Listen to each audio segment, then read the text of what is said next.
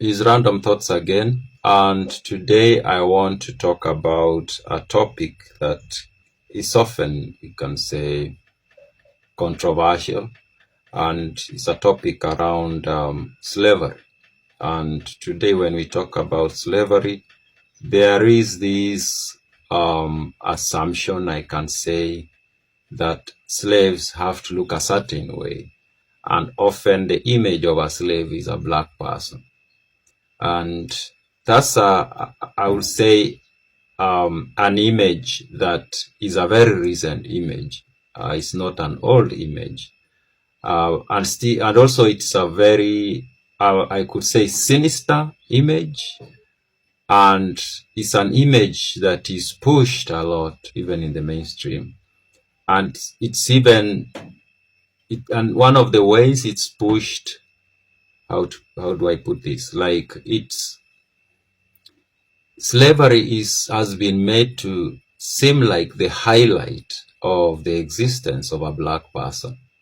Unfortunately, that's how it comes across, at least to me, when I look at how slavery is talked about in the movies, in the historical records, in conversations of many kinds. But when you look at history and you go this is something I've said in another video that I've recorded sometime in the past, that how we look at slavery and its relationship, especially with black people, has been contaminated so much with what has happened in the last 300 to 400 years.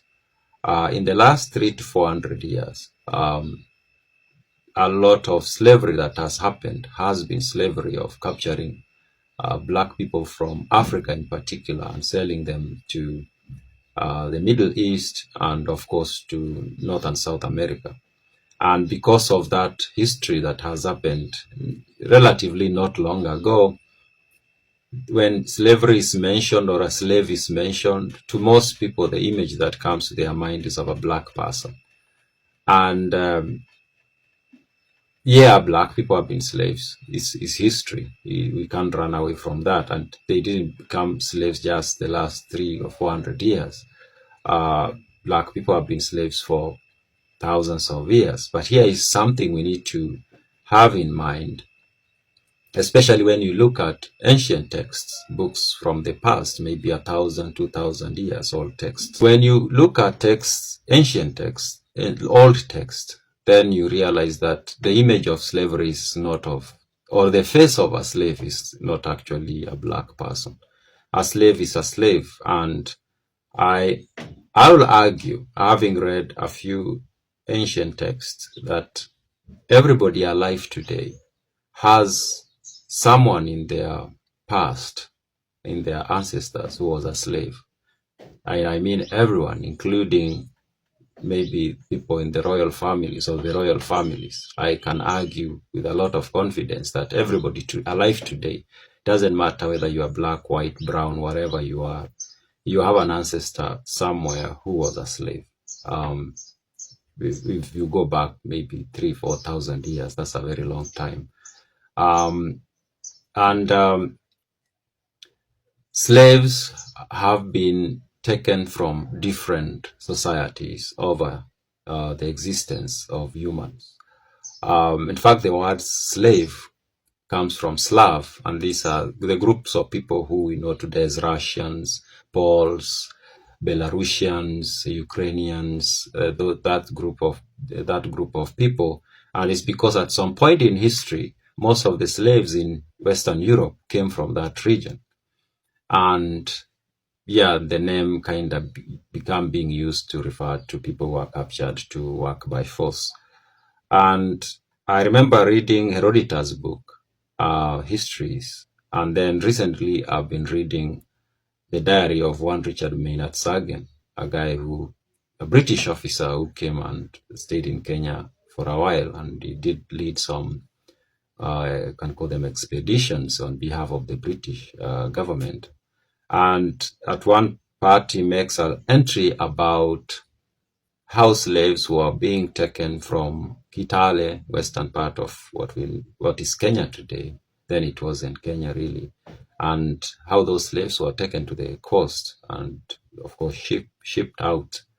And he talks about young men being captured around Kitale or somewhere and then brought to Kitale and then being castrated before they are taken to the coast to be sold. And that story is very the same with another story I read in Herodotus histories, and this time is of a guy. While what Richard Maynard Sagen writes is about Tipu Tip, and it's a story that is given to him by one Mbarak who used to work for Tipu Tip, and Tipu Tip is known as one of the uh, most successful of slave traders in East Africa. In Herodotus' histories, he tells us of the story of Panionias. Panionias was also a slave trader, and Panionias used to go to some parts of the Lydian Empire then. Especially used to go get slaves that were captured from the tribes that neighbored the Lydian Empire, and most of these tribes were Greek-related tribes. And those slaves were captured in war often, just like it is the case in East Africa. Most of the slaves were captured in war or in raids, and it was the same case in ancient Lydia. And Lydia was a huge empire in what we know today, or it occupied the land we know today as Turkey and maybe some parts of Europe. And Panionias will go and take these slaves, mostly young boys, and he will have them castrated, and then he will transport them to Sardis, the capital of Lydia, and then he will sell them there. And most of them will end up in Persia, where they became eunuchs. And Panionias, in the end, was punished, which is another very interesting story. Was punished by one of the boys he had castrated, whose name was Hamotimas. And this boy ended up being bought by someone who presented him as a gift to King Darius of Persia. Now, when King Darius dies, Hamotimas becomes a property of Xerxes, the son of Darius. Now, over the years, Hamotimas becomes a very dependent, a very loyal, and a very reliable servant of Xerxes, and Xerxes grew into trusting him a lot. He became one of the people, or few people he trusted the most, and he gave him very critical responsibilities at the palace, and often he would send him out to represent him in some matters outside the empire even. So he became a diplomat, kinda. And Hamotimas goes back to Sardis, and while he's somewhere traveling outside the city, he meets Panionias, and Panionias sees him, and Panionias doesn't recognize him, but Hamotimas recognizes him, that this is the man who bought me and castrated me and sold me into slavery. And he talks to him, and he's like, "Oh, I remember you. You are a good man." And he invites him to come to Sardis, and Panionias goes to Sardis, and Hamotimas invites him to come with his family. At this point, Panionias has 4 sons, and he comes to Sardis with his 4 sons and the rest of the family. And Hamotimas has him arrested and taken before him, and he tells him, "Whatever you did to me, I've never forgotten. You are the guy who captured me, castrated me, and sold me into slavery." And he forced him to castrate his own sons, and then he forced the sons to castrate their father. Now, anyways, that's just one of the many stories that are told by Herodotus about slavery in the ancient world. I've also read Titus Livius' collection of books, the collection from the founding of the city, which is a huge collection, and this covers the history of Rome from its founding to the time when Augustus was emperor. And in that collection, there are so many places where they talk about slaves, of course, including the Servile Wars, which were the wars that were fought by the slaves to free themselves or against Rome. And some of these wars have been captured in very popular movies. And there are so many talk of slaves in the collection. Just like in the ancient world, slavery was just something that was accepted as part of life. But now, when you read these Levy's books, you realize that all the slaves were basically white. They were not black people. They were Europeans for the most part, from different European tribes.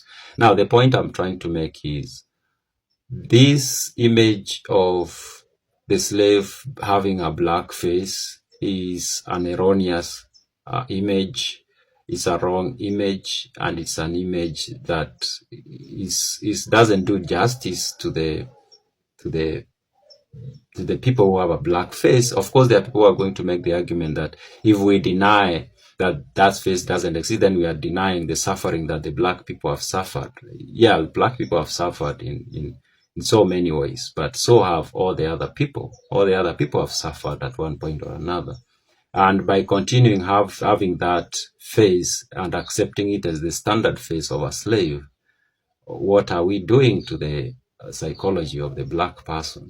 We are still telling them basically that you are a slave in your mind or in your nature, or that's what you're supposed to be.